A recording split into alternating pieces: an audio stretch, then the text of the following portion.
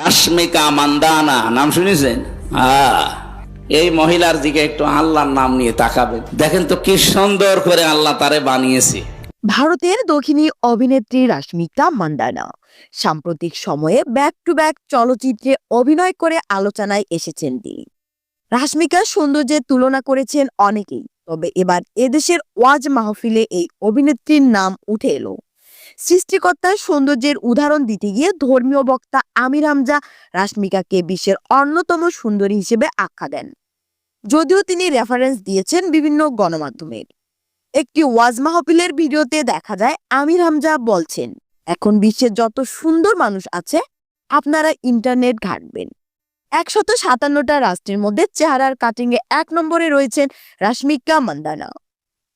নাম শুনেছেন, চেহারার কাটিং এ এখন 1 নম্বরে আছেন। এই মহিলার দিকে একটু আল্লাহর নাম নিয়ে তাকাবেন, দেখেন তো কি সুন্দর করে আল্লাহ তাকে বানিয়েছেন।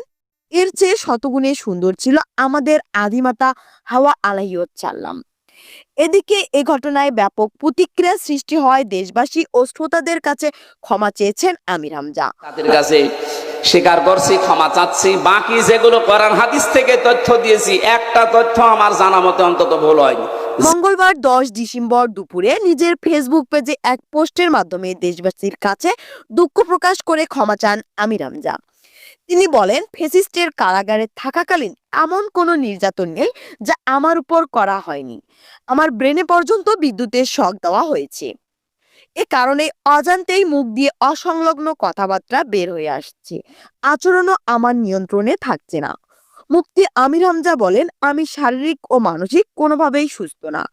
অন্যদিকে বড়দের অনুরোধে তাদের দাওয়াতও ক্যান্সেল করতে পারি না। তবে আমি কথা দিচ্ছি, পরবর্তী সময়ে পরিপূর্ণ প্রস্তুতি ও আমার যথাযথ ট্রিটমেন্ট নিয়ে মাহফিলে অংশ নেব।